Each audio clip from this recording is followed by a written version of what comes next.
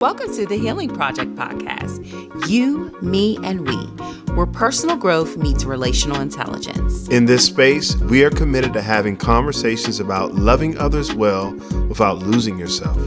I'm Jefferson. And I'm Rosa. And we are the Joneses. Spiritual leaders, entrepreneurs, and emotional health advocates. Welcome back, everybody. What's up, y'all? What's up? Welcome to episode 17. When one of you changes first. So we are in our I Am Changing series. Can I say it? Hit it back. I am changing. All right. What's the next line? That's actually one of my favorite What's songs. the next line? Let's see what she knows. Don't put me in a spot. I don't know. Anyway, we are continuing in our series, I Am Changing. And last week in episode 16, we talked about the loss that comes along with the newness. And listen, if y'all didn't listen to that yet. Yeah. How grief and loss is really a part of this process of changing and becoming the best that we are to be. While it's beautiful, it also can be brutal. And so in this I'm Changing series, we're really focusing on encouraging our listeners to change from the inside out this year, not to just focus on what's on the surface or the things, kind of the typical things, but taking a deeper look underneath the surface and going after things that really, make a huge difference in the quality of your life and your relationships. And so that's what this is all about. And tonight we're going to be talking about when you are in a relationship, what happens when one person changes first? Come on. What happens when growth is uneven? So that's where we're headed. And I think that one thing that's really important to understand as we get into this conversation is that growth is not something that typically happens simultaneously. Right? That's right. So whether it's with you and your partner, your best friend, your sister, the people that you're closest to, the reality of it is that growth in our life typically doesn't happen simultaneously. When you're in a relationship, usually people are changing at different times. Yeah, that's true.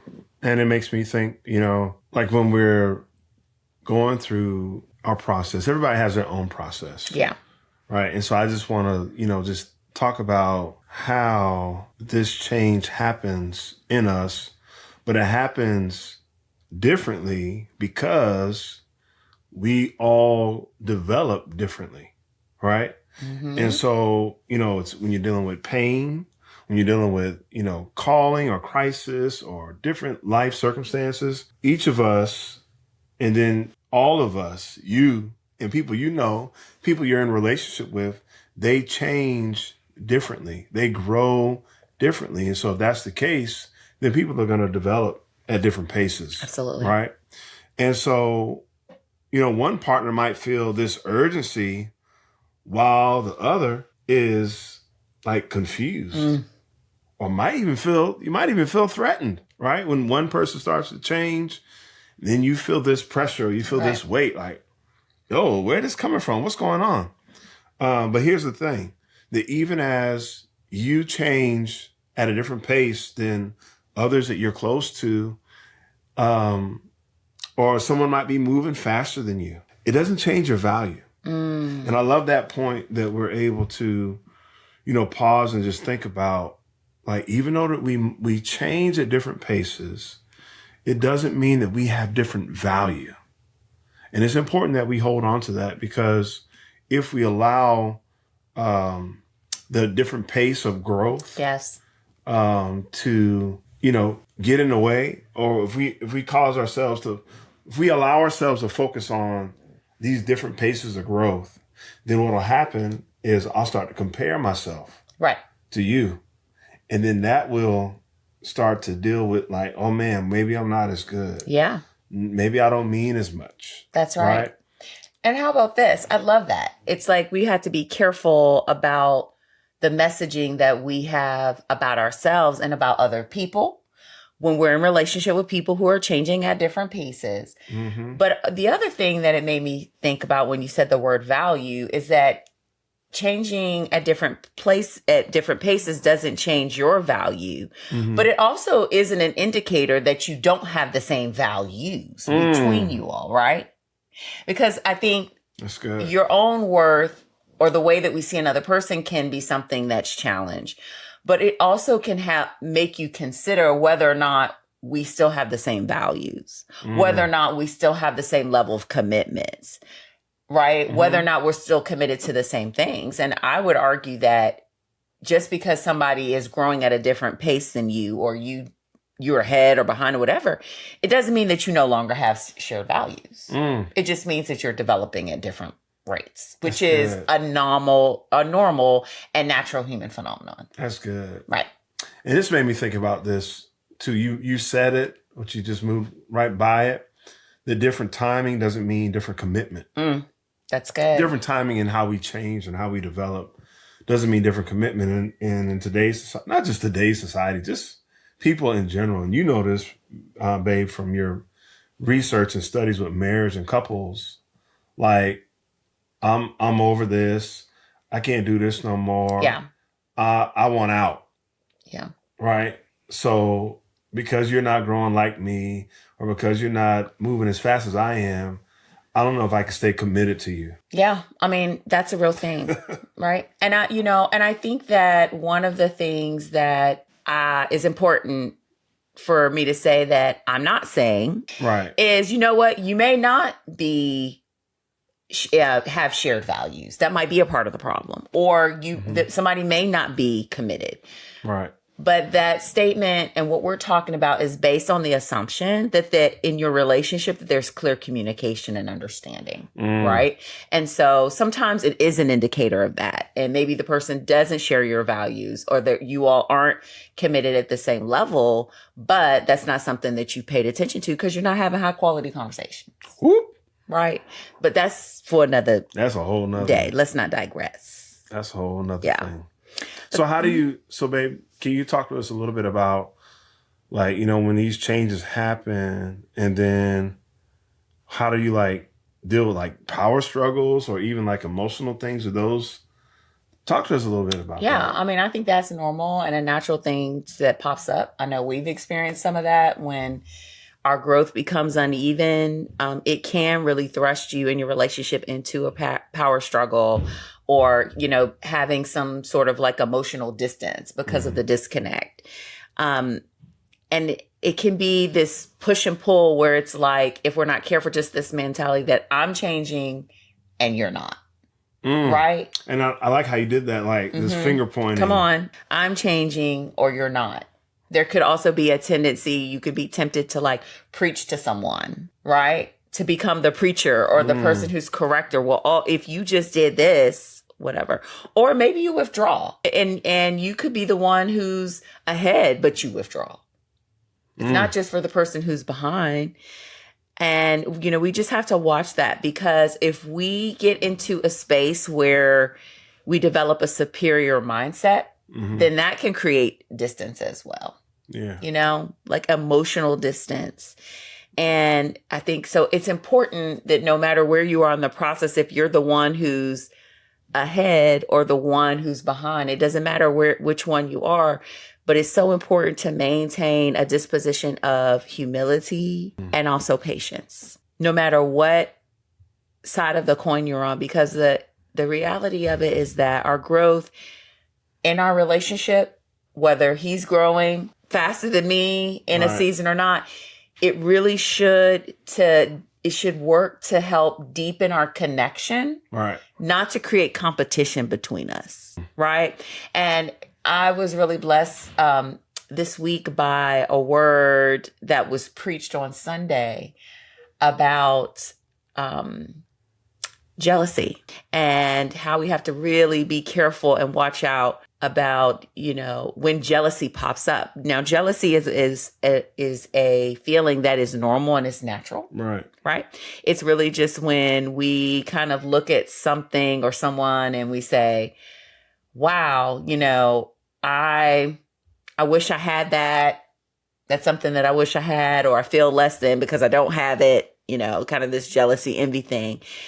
When that pops up, one of the things that the preacher was saying is just how important it is for us to, instead of moving into comparison mode, which breeds competition, we need to look at somebody winning, right? And look at somebody having what we don't have or what it is that we desire as a reminder that God can do it for us too. Let the person be a sign. And sometimes in our relationships, right, we need to look at the way that maybe our partner is growing or our friend is growing, our husband is growing, and our wife is growing, not just as a threat, right?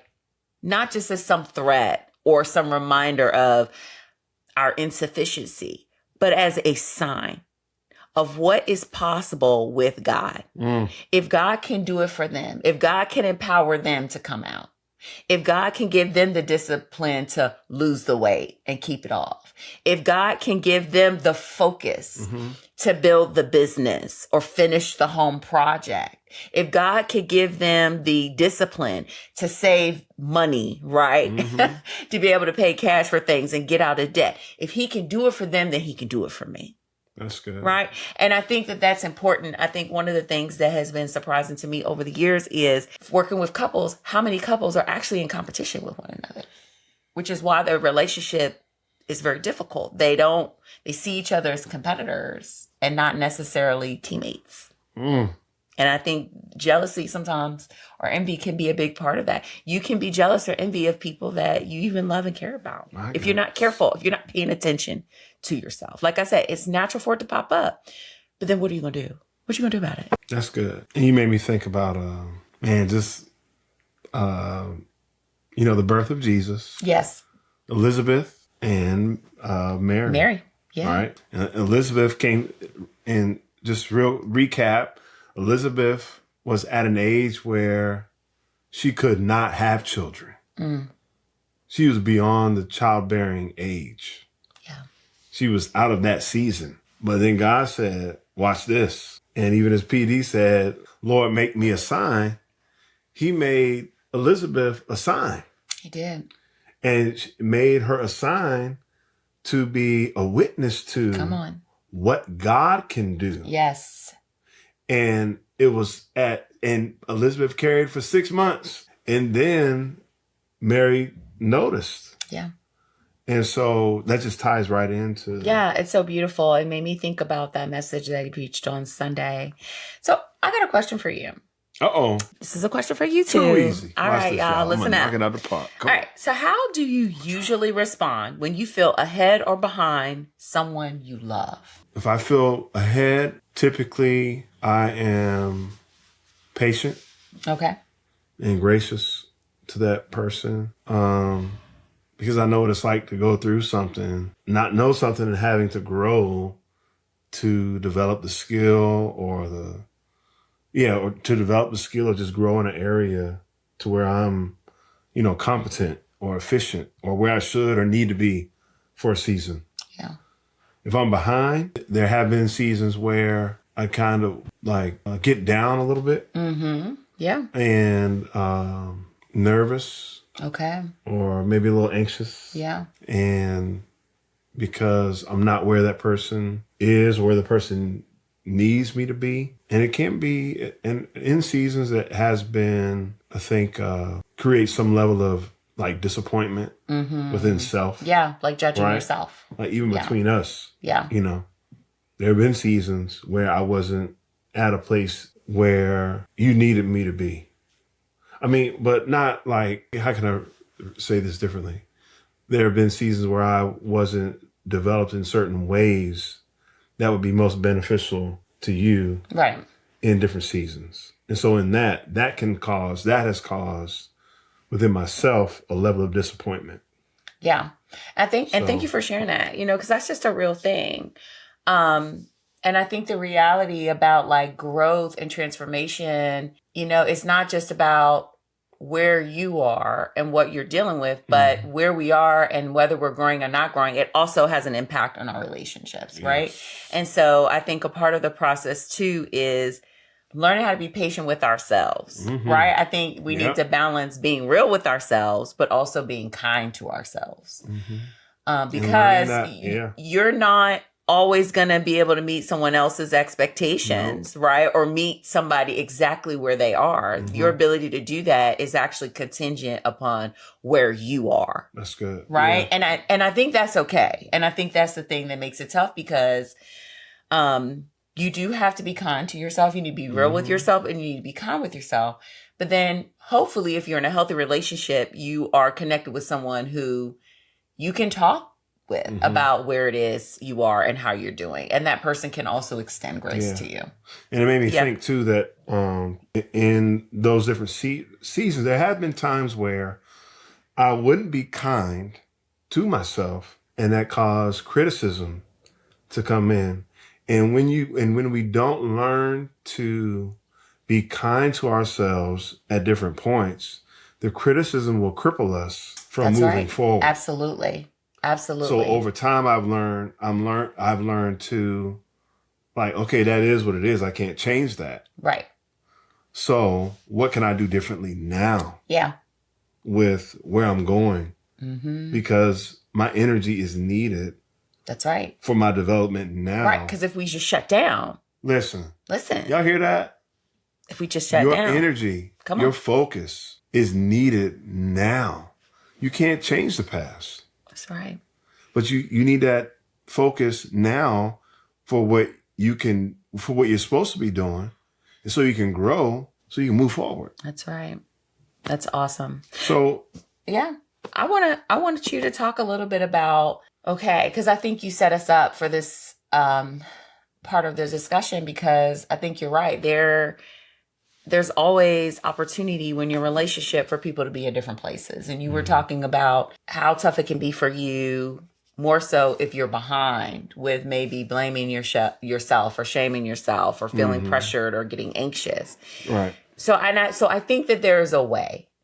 So if someone is in a relationship and they're ahead, right, and they're crushing it, and maybe they have a desire for their partner to kind of join them in that space, or to see their partner grow, or to see their friend grow, or whatever, whoever it is. Can you talk to us about how to do that? Maybe a little bit of a strategy of how to do that.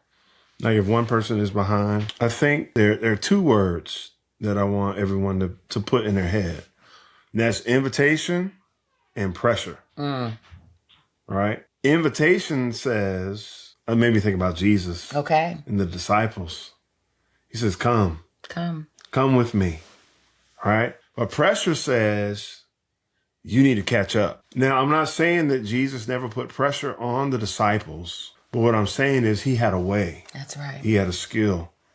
And so when pressure is put on, you need to catch up, that can be accusatory, and that can cause resistance instead of growth.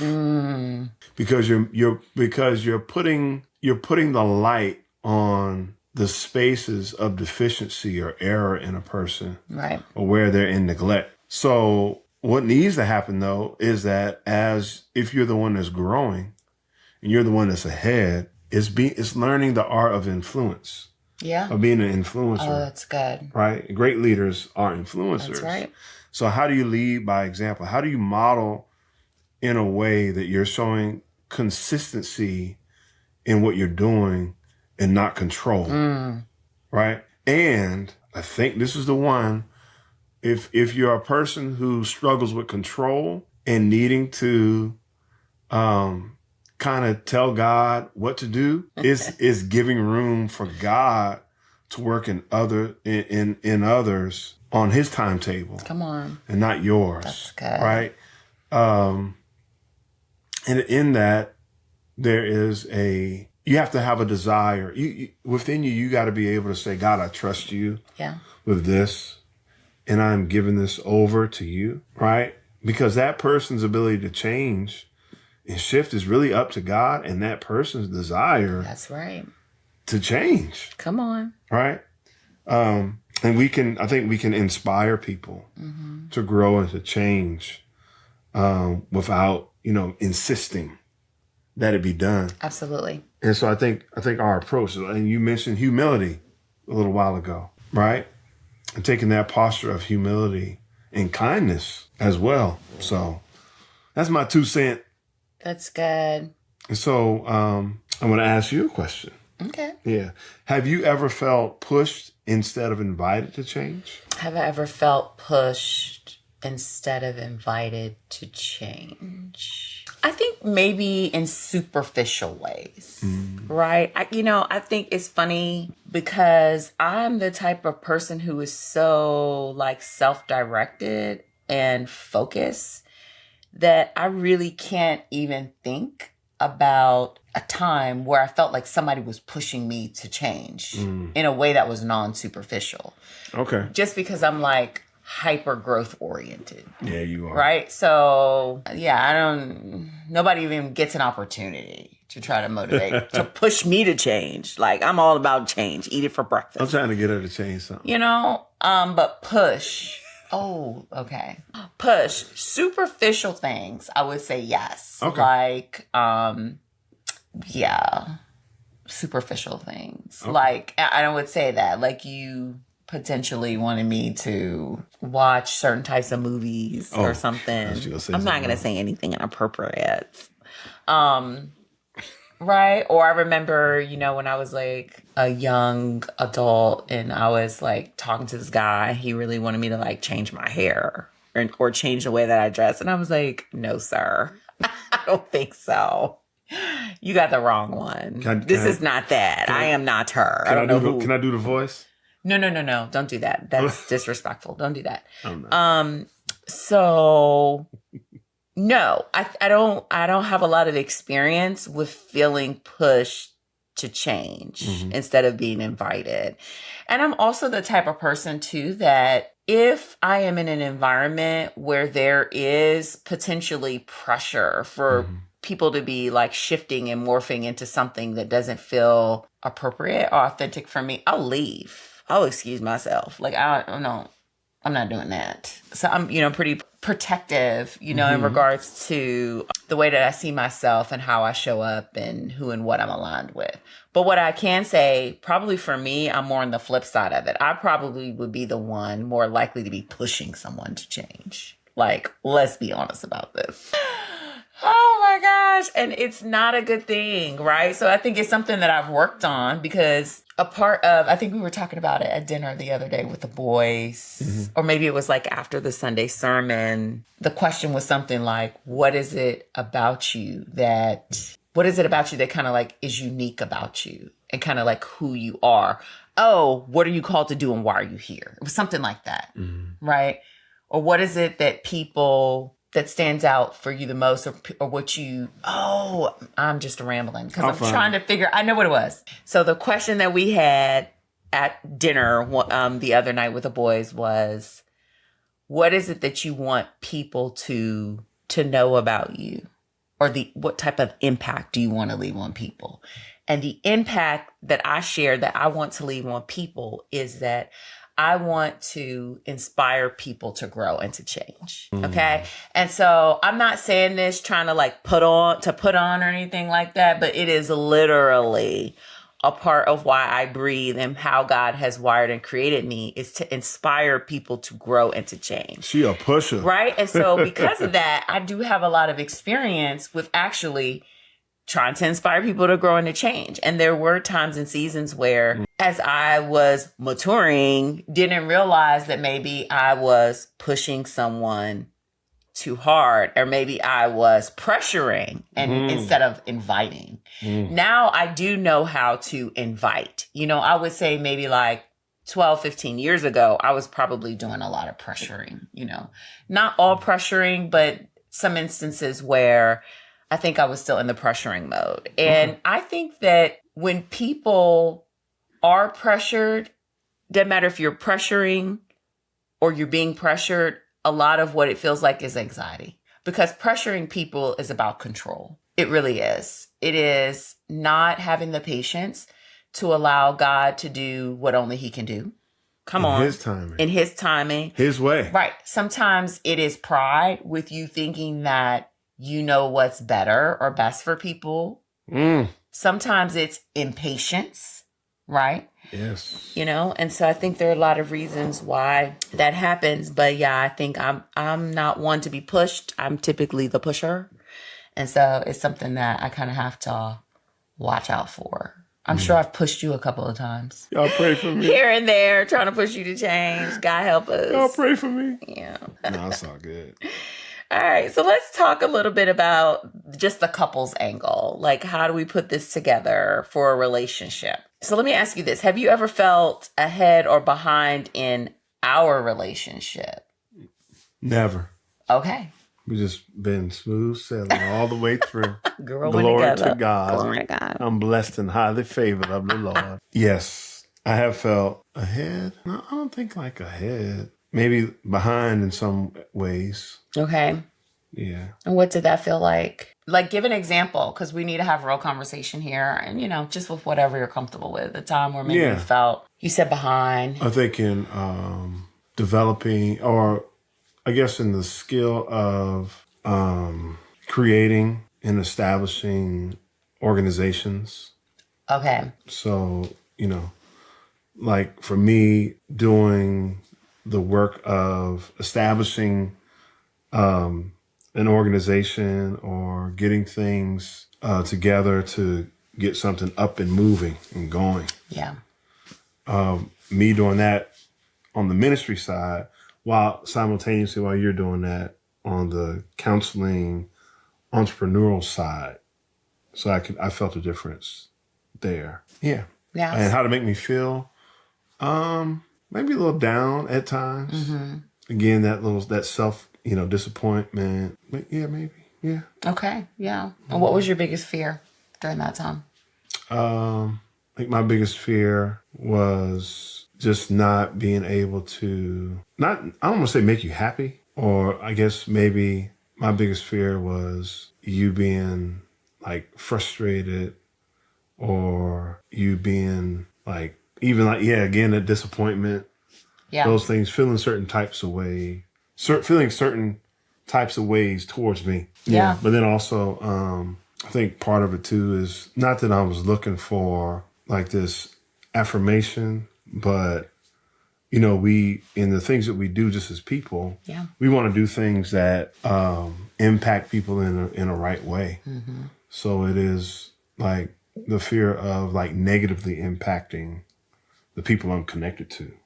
Yeah, that's good. And I think that, what came to mind as you were talking is how, like in your situation, you said your biggest fear was actually around disappointing me and how I would feel about it or what I would think about it.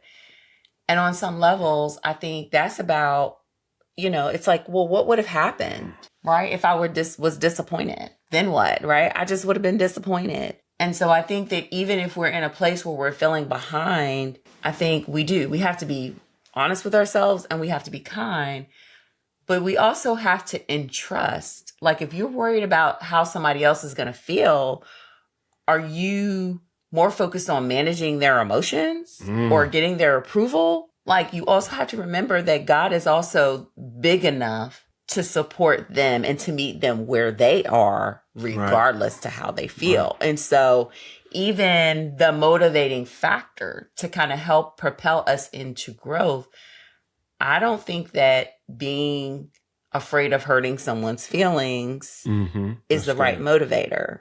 Right. Right. Because whatever it is that I feel, that's, it's a byproduct, right, of where you are, but I still have to walk through that. Right. And God can help me. It's not your responsibility to take that whole thing on just because you're not ready for something. Right. So over time, what I had to grow into. Yeah, that's good. Are y'all ready for this? Recognizing that my calling and purpose is more about what God wants. Right. And what God is going to be pleased with out of my life. It has nothing to do with Rosa. Nah. Nothing to do with my sons. It has to do with me. That's right. And my relationship with God and what he's called me to. Yeah. And that's good because it's also helped me over time, even with frustration, to be more accepting of our differences and the ways that we're different, and not put allow the ways that we're different to create major problems that are unnecessary between us. That's good. Like, just because I am super organized and I build businesses and I can, do all that, it doesn't mean that he has to be able to do that too. Right? I think there are some spaces where we can work together. Right. But how we live out God's calling on our life, even though we're married, it's going to look different in some ways. Different. Right? And I think in abiding in patience, right? And leaning into understanding has helped me to better understand that, because the truth is maybe some of my expectations earlier on just weren't appropriate for his God design. That's good. That's good. Yeah.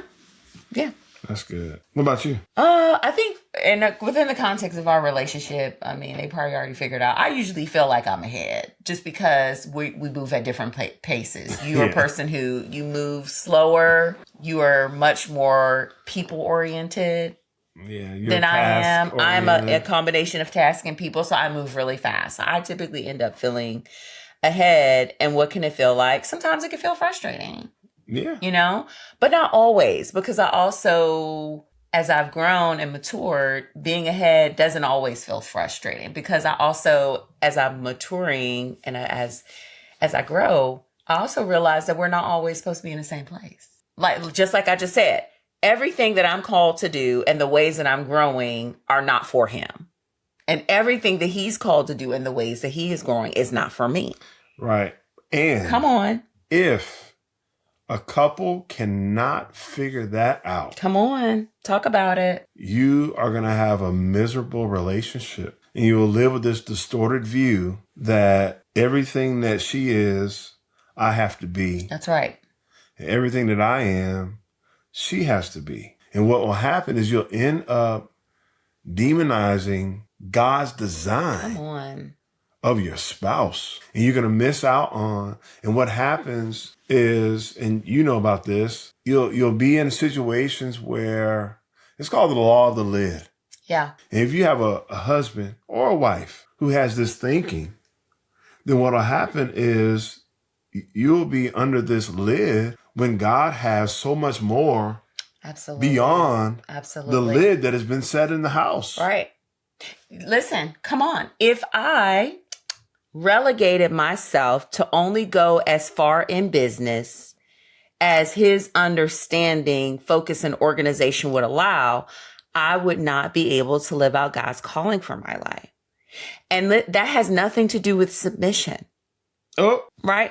It's about understanding your purpose and calling and having communication between the two of you all, and being able to figure out how to work together where you can, and ways where maybe somebody has more depth or more breadth or a calling that you don't, and learning how to figure that out and be okay with it, and figure out how to support one another. And I think that's a big part of the reason why sometimes in these relationships we get so stuck, because we are trying to look the same, be the same match, when the truth of the matter is that God doesn't need or require that of you on every single level in order for you to have a marriage or relationships that are pleasing to him. Yeah, I want to say this real quick. Come on. You don't have to grow at the same speed to grow in the same direction. Come on. That's so good. That's so good. Right? And not even the same speed. But even, I'm not saying that you're in different vehicles, listen, but the vehicle that God designed for her and her purpose looks different than the vehicle that I'm in. That's right. We overlap, like right here, this right here, all of this right here you getting, this is where we overlap. Yeah. And this is a blend. We got to unpack this one day. This is a blend of our callings. This is a blend of our experience in relationship, right? In our marriage. So you're getting a blend of where we overlap in different ways that produce this, right? But when I say different vehicles, what I'm saying is that there's a different way that God works through her to accomplish what she's called to do. And the same for me. But we're going in the same direction. Come on. in covenant with Yes. God and with each other. Amen. That's a beautiful thing, right? That's all. You don't have to be the same, and you don't have to do everything together. And sometimes I get really frustrated and annoyed in popular culture where you have a lot of people who talk about marriage, and that's the primary way that they talk about it. We do in everything together. We're all working in the businesses together. We both understand and we're at the same level and we have the same, like it's ridiculous. And a lot of it's not even true. It's not even true, or sometimes it's not even real, or it may not even be healthy. People may be doing it and be married, but not reasonably happy in their marriages because there may be a lack of freedom. But I will say this, it takes a level of humility, right? Emotional maturity and some real quality communication skills to navigate the differences in ways where you're creating win-wins and really being able to, as a couple, figure out how to grab a hold of all of the things that God has created for you, and for there to be space for you to be you, for me to be me, and us to be we. Come on. So, that's the flex. All right. And I was going to say this too real quick, even in our marriage, our relationship, y'all, she a boss. I got me a boss chick. Oh, well. That don't mean she bossed me around. No. That's not what I'm saying. That's what some of y'all like, you better not stop. So, but what I'm saying, I'm silly, goofy, creative, spontaneous, lighthearted, gracious, low-key, chill, fun. And she's a strong, beautiful, anointed black woman. Yes, I'm serious. Blackity black I'm woman. Driven. I'm independent. I'm direct. Right, she's direct. Compassionate. And I'm saying all that to say Come on. that even as strong as she is, and even as low-key, chill, gracious I am, I'm strong enough for her strong. Come on now. I can handle her. Yeah, absolutely. Right? And so in that, it's I'm not getting into this, but this is these dynamics that we have about relationships. Yeah. What a man should be, what a woman should be. That's a whole nother topic. We'll bother that another time. We're tabling that. And I'm saying all that because in order for this thing to work, and I'm thinking about just this, when one of you changes first in all of this and knowing your wiring, knowing who you are at the core, you got to be secure in yourself. Absolutely. Come on. Because an insecure wife, is going to make contributions to a marriage that feels very unsteady and insecure. Or an insecure husband. Facts. Come on. Is going to create chaos within his marriage. Because if you're not rooted and grounded in your God-given identity, it will show up and create problems in your marriage. I love it. This is so good. Let me mention this because I think that this is important. I thought of a way in which I feel behind you in this season. Okay.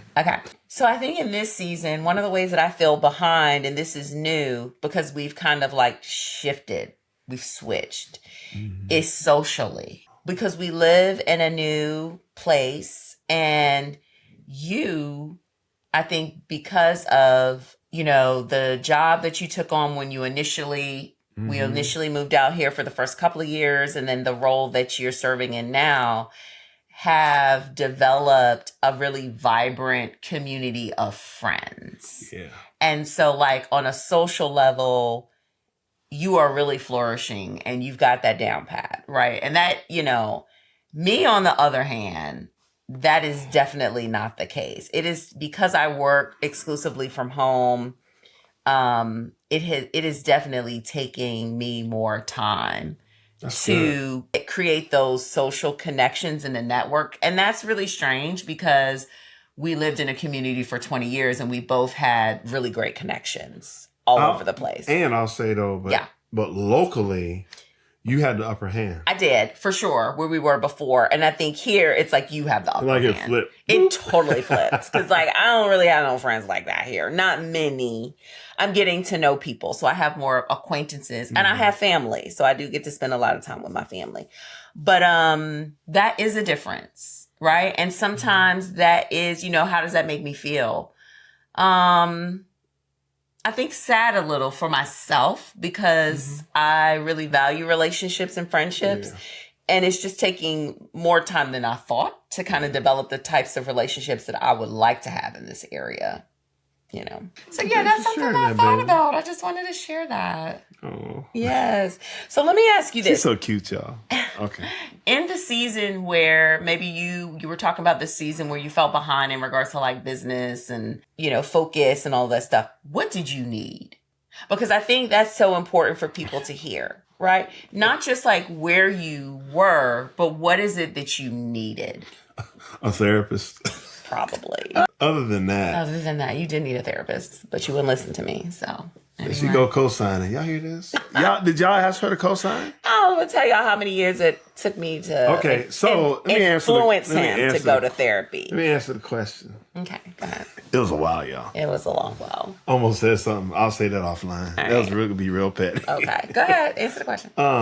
So I think I needed probably just a little encouragement, and I think some of the things that you were trying to give in a way that you thought would work, it didn't work because I wasn't aware. Yeah. Yeah, it just all went over your head. It just went over my head. It did, yeah. So I agree. I think, probably just the encouragement and presence was you were there. Like, yeah. It's not like you weren't there. Yeah. Just those things. That's good. That's good. What about you? So I think in this season, what do you need now? Yeah, in this season it's where real. I'm feeling behind. She behind y'all. I know, right? Yeah. I think I need support, and I think what support looks like is you doing a better job following through on setting up times for us to socialize with people. That's good. Because I just don't have very many interactions with people. You're good. Always saying that we're going to do things with people, but you don't follow through. Y'all hear how strong she says saying? You are saying it. I'm on it. Y'all hear that? Y'all can hold me. Listen, we're always doing dinner with this person and this person's come over and he's going to cook the mistake. Crickets. Because in our relationship, I'm not more cooking no crickets now. Whatever. That'd be... What am I, John? No, then nothing happened. We have locusts, and fried locusts. I think it's because... And honey. Typically, when we're more together in a community, we're interacting with people together, and then I can just take on scheduling and all of that stuff. And so with our dynamics being different and me being primarily at home, you'll bring it up, but you don't follow through to set it up. I think that would be really helpful. You need me to come through? I need you to come through. Take me through there. Let me stop. All right. Oh, man. But that's what I need. Yeah. Yeah. And so things to remember is that you don't have to grow at the same speed to grow in the same direction. And growth doesn't have to separate you. It can stretch you together. That's good. Isn't that good? That's good. That's so good. So, man, you all have been great listeners. We've been a little long-winded, but you've been great listeners. And one of the things that we've done for this episode is to put together that reflection guide to help you reflect deeper on this topic of when one of you changes first. So I want you to check that out in the show notes. It's going to give you some other questions to help you consider where you are individually and within the context of your relationship so that you're more aware. One of the things that I think you said today that was really powerful, Coach, and when you were talking a minute ago about what it is that you needed, and you were like, I needed support and you were giving it to me, but the way you were giving it to me, it was going over my head because I wasn't aware, right? And that's a part of the reason why we create the reflection guides, because I think it's really cool. And we love that you guys are supporting and you're showing up, you're watching, you're listening. But that's not where the power is. You got to do something with what you learn. Come on. In order to have transformation in your life. And so that's what that reflection guide is all about. You can download that in the show notes. Do you mind closing us out? Sure, let's go. All right. So, Lord, I just thank you for this opportunity. I thank you for this conversation tonight. And Lord, for every listener, every husband, every wife, every person that's in a relationship, God, I pray that you will reach them where they are. And Lord, that you will give them your grace, Lord, for the pace of their growth. Lord, and allow them to give others grace for the pace of others that they're in relationship with, whether they're ahead or behind. God, I thank you for working with people and being and walking with us no matter where we are. Lord, I just speak your peace over every heart and every mind. It's in Jesus' name we pray. Amen. Amen. Thank you all so much. And remember, if this episode encouraged you, we invite you to support the Healing Project by just being generous. You can give a one-time donation or become a monthly partner just to help us to continue to create spaces where faith, emotional health, and relational growth meet. This work is so important. And we've had some new people become generous and donate to this cause. So we invite you to go to thehealingpros.com/donate to get involved in this movement. We thank you all so much for being here. This has been a wonderful conversation. And we just want you to remember to be back here next week. We drop every Tuesday. And next week, we're going to have a different type of conversation, a more personal conversation where we're going to talk about in a relationship, how to talk about where you really are.